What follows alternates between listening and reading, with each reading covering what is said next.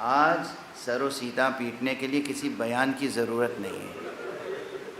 آج 9 محرم ہے، اس عزا خانے کی یہ آخری مجلس ہے، اس عزا خانے کی یہ آخری مجلس ہے۔ عموماً ہمارے یہاں 9 محرم تک مجلسیں ہوتی ہیں، فرش بچھا ہوتا ہے، شامیانے لگے ہوتے ہیں، ممبر سجے ہوتے ہیں، ممبر پر آنے والے خطیبوں کے سر پہ عموماً عمامے ہوتے ہیں، لیکن کل عالم کچھ اور ہوگا۔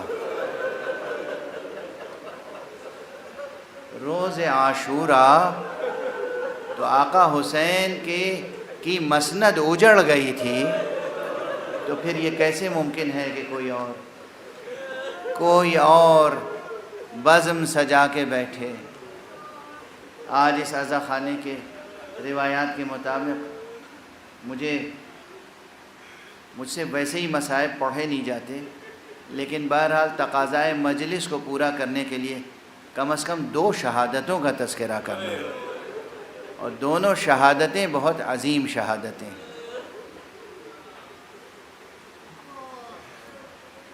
آقا حسین جب کوئی نہیں رہ گیا، بڑوں میں، اصحاب میں اور اہل بیت میں، بنو ہاشم میں، تو میدان کربلا میں تشریف لائے اور ایک مرتبہ کہا حل من ناصر ینصرنا، حل من مغیث یغیثنا، ہے کوئی نصرت کرنے والا جو ہم اہل بیت محمد کی نصرت کرے، ہے کوئی مدد کرنے والا جو ہم اہل بیت مصطفیٰ کی مدد کرے۔ یہ فرما کے حجت تمام کر رہے تھے، حجت دشمنوں پہ تمام کر رہے تھے، لیکن جو سن رہا تھا ہر ایک پر حجت تمام ہو رہی تھی۔ جیسے ہی آقا نے استغاثہ بلند کیا، خیام حسینی سے بیویوں کے رونے کی آواز بلند ہوئی۔ آقا دوبارہ در خیمہ پہ تشریف لائے، بہن کو آواز دی، بہن زینب ابھی تو میں رخصت ہو کے گیا ہوں، ابھی میں نے تلقین کی تھی دیکھو گریہ نہ کرنا، لیکن ابھی میں زندہ ہوں اور گریے کی آواز بلند ہے۔ بی بی نے کہا کہ بھیا آپ نے جیسے ہی آواز استغاثہ بلند کیا ہے، وہ بچہ جس نے 3 دن سے آنکھیں نہیں کھولی تھیں،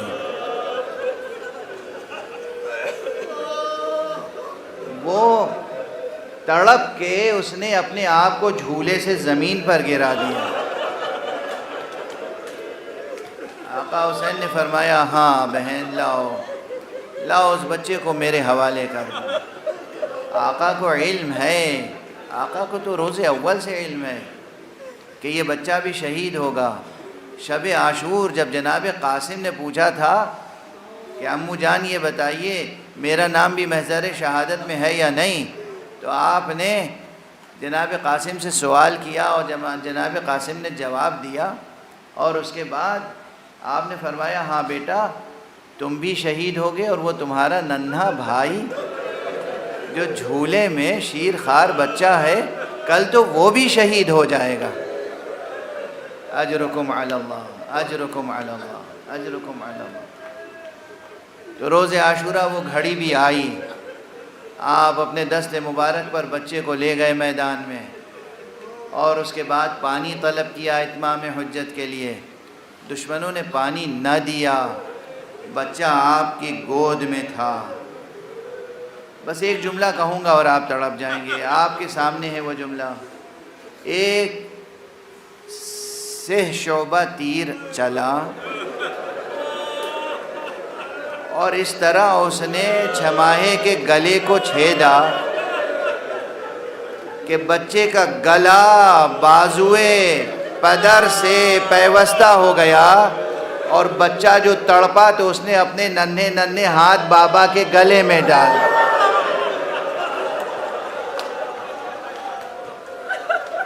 اجرکم علی اللہ، اجرکم علی اللہ، اجرکم۔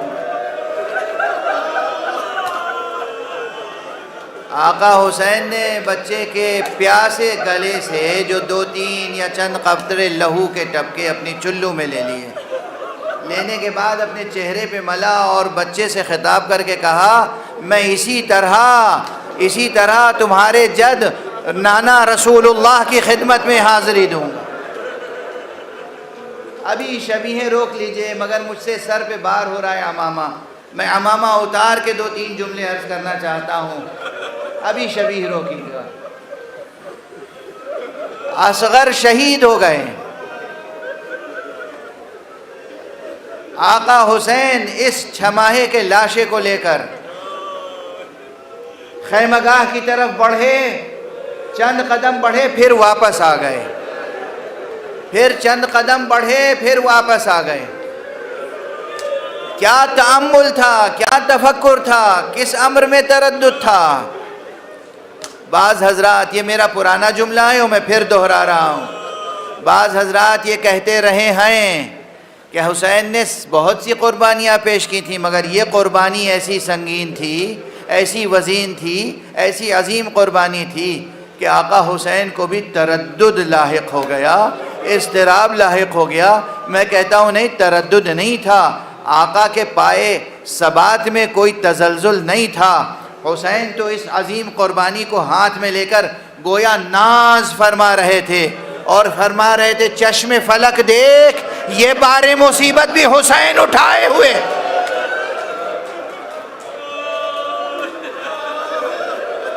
ہاں تردد ہو سکتا ہے تو اتنا کہ در خیمہ پہ ماں انتظار میں ہے،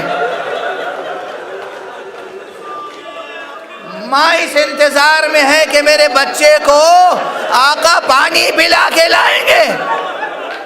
بالآخر آقا حسین نے ایک مرتبہ خیمے کا رخ کیا، در خیمہ پہ آئے، رباب کھڑی ہوئی ہیں، رباب نے ہاتھ پھیلا دیا، حسین نے بے دریغ رباب کے ہاتھ میں بچہ رکھا، رباب نے بچے کو دیکھا، لیکن رباب زوجہ امام معصوم ہے، رباب کی زبان پہ کوئی گیلا نہیں آیا، لیکن بس ایک جملہ تھا جو پورا مرثیہ ہے، ہائے میرے بچے، کیا تجھ جیسے بھی نہر کیے جاتے ہیں؟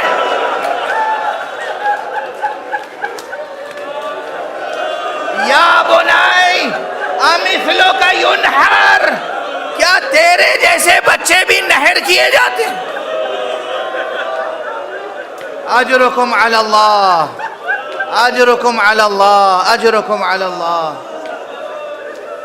ماں نے یہ جملہ کہا، فوراً باپ نے، امام نے فوراً اپنی شمشیر سے ایک ننھی سی قبر بنائی، قبر میں بچے کو لٹایا، زمین کے سپرد کر دی امانت، اور اس کے بعد تعویذ قبر پر رخسار رکھ کر حسین نے خوب گریہ کیا۔ اجرکم علی اللہ۔ اس کے بعد قبر ہی کے قریب کھڑے ہو کر 2 رکعت نماز ادا کی۔ مجمع دیکھ رہا ہے، دشمنوں کا مجمع دیکھ رہا ہے، لشکر دیکھ رہا ہے، پوری کائنات دیکھ رہی کہ حسین نماز ادا کر رہے ہیں۔ یہ نماز شکرانہ تھی کہ پروردگار یہ قربانیاں قبول ہو گئیں۔ اس کے بعد پھر تشریف لائے، امام خیمہ گاہ میں آئے، ایک مرتبہ پھر زینب، ام کلثوم، رباب، لیلہ، سکینہ، فاطمہ، فضہ، ہر ایک کو پکارا۔ پکارنے کے بعد کہا اب میں جا رہا ہوں، اب اپنا خیال رکھنا، اب حسین جا رہا ہے۔ میں اپنی زبان میں مختصر کر رہا ہوں روایتوں کو۔ آئے امام نے شب عاشور 2 خیمے بنائے تھے، ایک خیمے میں ان لاشوں کو لاتے تھے جو بنی ہاشم کے لاشیں تھے، ایک بڑا خیمہ تھا فسطاط جسے کہتے ہیں، آج کربلا میں اس جگہ پر ایک مسجد بنی ہوئی ہے جسے مسجد فسطاط کہتے ہیں۔ اس فسطاط میں شب عاشور تک تو اصحاب کی کثرت تھی، لیکن صبح عاشور سے وہیں اصحاب کے لاشیں رکھے جاتے تھے۔ روایت میں ہے یہ، امام بہنوں سے رخصت ہو کر، اہل حرم سے رخصت ہو کر، بیٹے سید سجاد سے رخصت ہو کر اس خیمے میں گئے جس خیمے میں بنو ہاشم کے لاشیں تھے،